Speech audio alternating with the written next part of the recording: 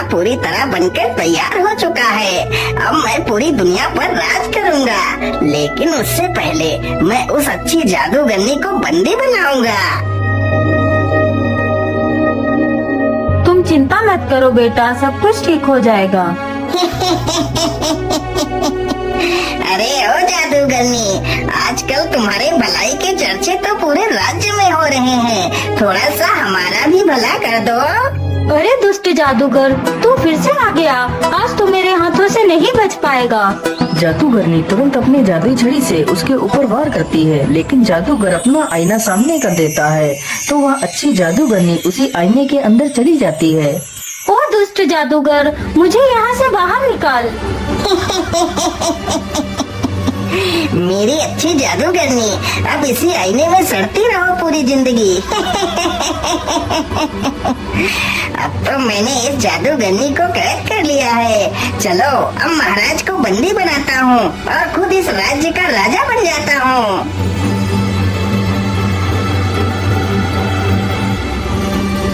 महाराज, पेश करता हूँ दुनिया का सबसे अद्भुत आईना। इसमें आप अपने आप को देखकर यह जान सकते हैं कि आप कितने शक्तिशाली हैं महाराज।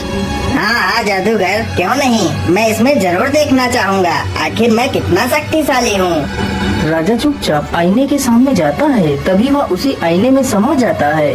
अरे ये क्या, महाराज तो आईने के अंदर चले गए।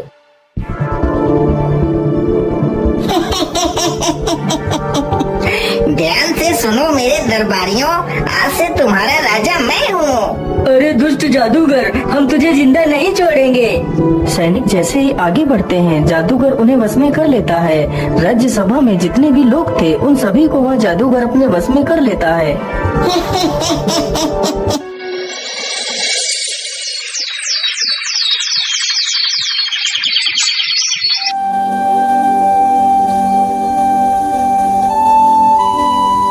बेटा, तुम रोज रोज ऐसे कब तक भटकते रहोगे? मेरी मानो तो तुम्हें महाराज के पास जाना चाहिए। वह तुम्हें जरूर किसी नौकरी पर रख लेंगे, वह बहुत दयालु हैं। हाँ माँ, आप बिल्कुल ठीक कहती हो। आज मैं महाराज के पास ही चला जाता हूँ। इतना सोचकर रमेश एक पोटली में खाना बांधता है और राजा से मिलने के लिए निकल पड़ता है।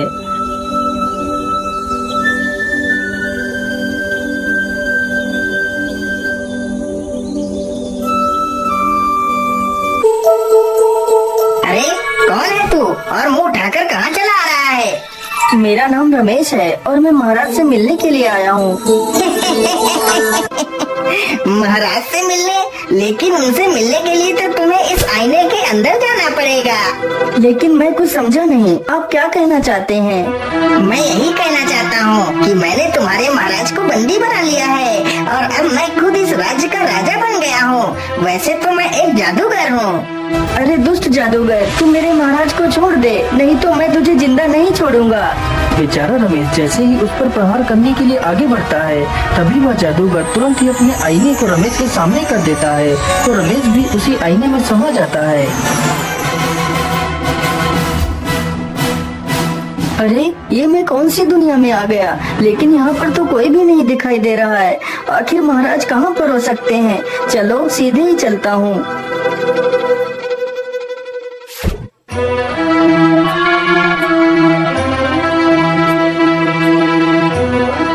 रमेश चलते चलते एक जंगल से गुजरता है। ओहो, चलो जाओ यहाँ से। अब तुम दोनों बड़े हो चुके हो, अब तुम दोनों को हम खाना नहीं खिला सकते, इसलिए तुम दोनों को खाना ढूंढकर खुद खाना चाहिए। लेकिन पिताजी, अभी तो हम खाना ढूंढ नहीं सकते, कुछ दिनों के लिए हमें और रुक जाने दीजिए। लेकिन कौवा जान चुका था कि उसके दोनों बच्चे अब खुद पर निर्भर होने के काबिल हो चुके हैं, इसलिए कौवा अब उन दोनों बच्चों को अपने ऊपर निर्भर नहीं रखना चाहता था। इसलिए कौवा उन दोनों को भगा रहा था। कौवे की यह सारी करतूतें रमेश नीचे खड़े होकर सुन रहा था। अरे ये कौवा तो अपने बच्चों को खाना देने से मना कर रहा है, इसे ऐसा नहीं करना चाहिए। चलो भागो तुम दोनों यहाँ से, नहीं तो मैं तुम दोनों को चोंच मार मार कर भगाऊंगा। अच्छा ठीक है पिताजी, हम दोनों यहाँ से चले जाते हैं। इतना कहकर दोनों बच्चे पेड़ से नीचे उतरकर वहीं बैठ जाते हैं। अरे बच्चों, तुम परेशान मत हो, मैं तुम्हें अपना खाना दे देता हूँ। इतना कहकर रमेश अपनी पोटली से 2 रोटियां निकालकर उन दोनों बच्चों के सामने रख देता है। हे नेकदिल इंसान, हम तुम्हारा ये एहसान कभी नहीं भूलेंगे। इतना सुनकर रमेश आगे बढ़ता है, तभी अचानक से काले बादल छा जाते हैं और जोर जोर से हवाएं चलने लगती हैं। अरे ये क्या, अचानक से इतने काले बादल कहाँ से आ गए? मुझे लगता है अब तो जोर की बारिश आने वाली है। मैं ऐसा करता हूँ, जल्दी से किसी सुरक्षित स्थान पर चलकर छिप जाता हूँ।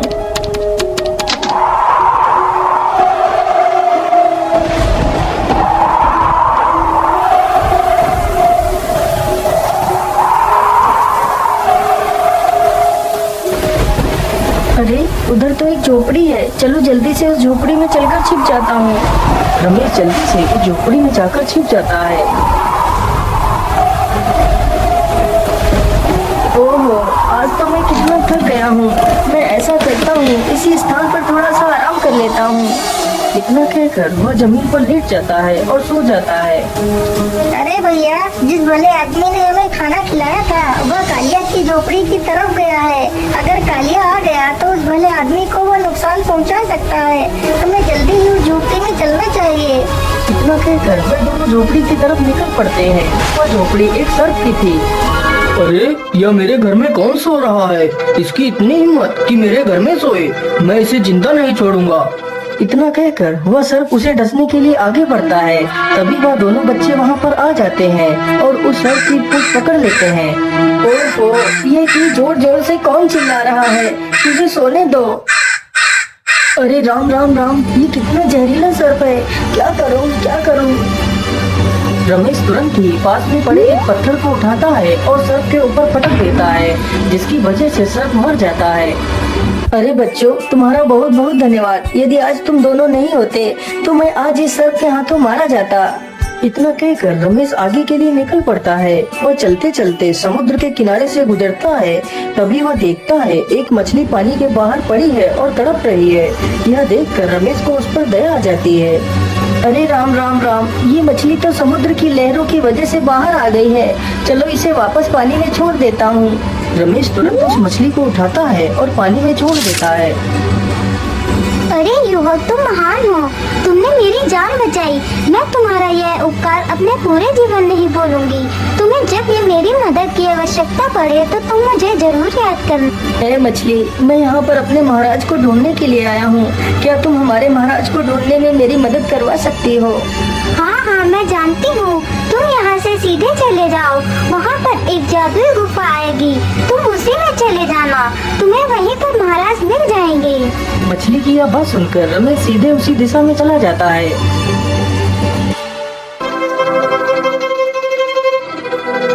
मुझे लगता है यह वही गुफा है जिसकी बात वह मछली कर रही थी। चलो इसके अंदर चलता हूँ।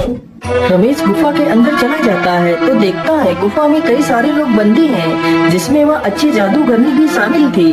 महाराज, आप तो इस पिंजरे में बंद हैं। मैं आपको यहाँ से कैसे आजाद कराऊं? अरे बेटा, इस पिंजरे से आजाद भी हो गए तो क्या, इस आईने से बाहर कैसे निकल पाएंगे? लेकिन आप कौन हो? मैं एक जादूगरनी हूँ। मुझे उस जादूगर ने धोखे से बंदी बना लिया है। हे जादूगरनी, क्या यहाँ से बाहर निकलने का कोई मार्ग नहीं है? बेटा, यहाँ से बाहर निकलने का बस एक ही रास्ता है। तो आप जल्दी से बताइए, वह रास्ता क्या है? मैं आप सभी को यहाँ से आजाद कराऊंगा। यहाँ से बाहर निकलने के लिए हमें एक जुगनू पत्थर ढूंढना होगा, जो पत्थर समुद्र में मिलेगा। यदि वह पत्थर मिल जाए तो मैं उस जादूगर को अच्छा मजा चखा सकती हूँ। हे जादूगरनी, आप चिंता न करें, मैं जल्दी ही उस जुगनू पत्थर को ढूंढ कर लाऊंगा। इतना कहकर रमेश वहाँ से निकल पड़ता है और समुद्र के किनारे पहुँच जाता है। हे मछली मेरी दोस्त, तुम कहाँ हो? मुझे तुम्हारी मदद की आवश्यकता है। बोलिए दोस्त, तुम्हें मेरी क्या सहायता चाहिए? मेरी दोस्त, मैंने अपने महाराज को ढूंढ लिया है, लेकिन अब मैं एक चमकीला पत्थर ढूंढ रहा हूँ। यदि वह पत्थर मुझे मिल जाए तो मैं अपने महाराज के साथ साथ बाकी सारे लोगों की भी जान बचा सकता हूँ। अरे तुम चिंता मत करो, मैं जानती हूँ वह चमकीला जुगनू पत्थर कहाँ है। तुम यहीं रुको, मैं अभी वह पत्थर लेकर आती हूँ। मछली तुरंत पानी में जाती है और कुछ ही देर में वह चमकीला जुगनू पत्थर लेकर आ जाती है। जुगनू पत्थर देखकर रमेश बहुत ही खुश हो जाता है और जल्दी से वो पत्थर लेकर वहाँ से चला जाता है। ये लीजिए जादूगरनी, मैं उस जुगनू पत्थर को ले आया हूँ। जादूगरनी तुरंत उस जुगनू पत्थर को अपनी छड़ी से स्पर्श कराती है तो जुगनू पत्थर उसी छड़ी में समा जाता है तो वह और भी ज्यादा शक्तिशाली हो जाती है। जादूगरनी का पिंजरा अपने आप ही नष्ट हो जाता है। फिर वह सभी को आजाद करा देती है। अरे जादूगरनी, हम यहाँ से आजाद तो हो गए, लेकिन हम यहाँ से बाहर कैसे निकलेंगे? महाराज, यह एक जादुई नगरी है। यहाँ से बाहर जाने के लिए हमें उस अनोखे झरने के पास चलना होगा। सारे लोग जल्दी ही उस झरने के पास जाते हैं। लेकिन यहाँ पर तो कोई रास्ता नजर नहीं आ रहा है। महाराज, आप फिक्र मत करिए, मैं अभी रास्ता बनाती हूँ। जादूगरनी ने तुरंत ही अपनी जादुई छड़ी से एक रास्ता बना दिया। फिर सारे लोग उसी रास्ते के अंदर चले जाते हैं।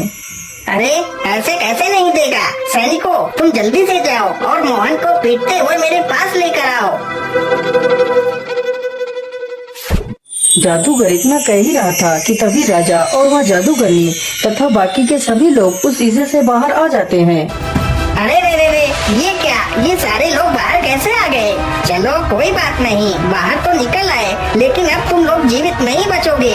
जादूगर तुरंत अपनी जादुई छड़ी से इन सब पर अपना वार करता है, लेकिन तभी वह जादूगरनी उसके वार को रोक लेती है। अरे मूर्ख जादूगरनी, तू मेरे रास्ते से हट जा। मेरा तुझसे कुछ भी लेना देना नहीं है। यदि तू मेरे रास्ते से नहीं हटी तो मैं तुझे खत्म कर दूंगा। जादूगरनी ने तुरंत अपना वार किया तो वह दुष्ट जादूगर एक तोता बन जाता है और एक पिंजरे में कैद हो जाता है। महाराज, अब ये दुष्ट जादूगर आपको कभी भी परेशान नहीं कर पाएगा।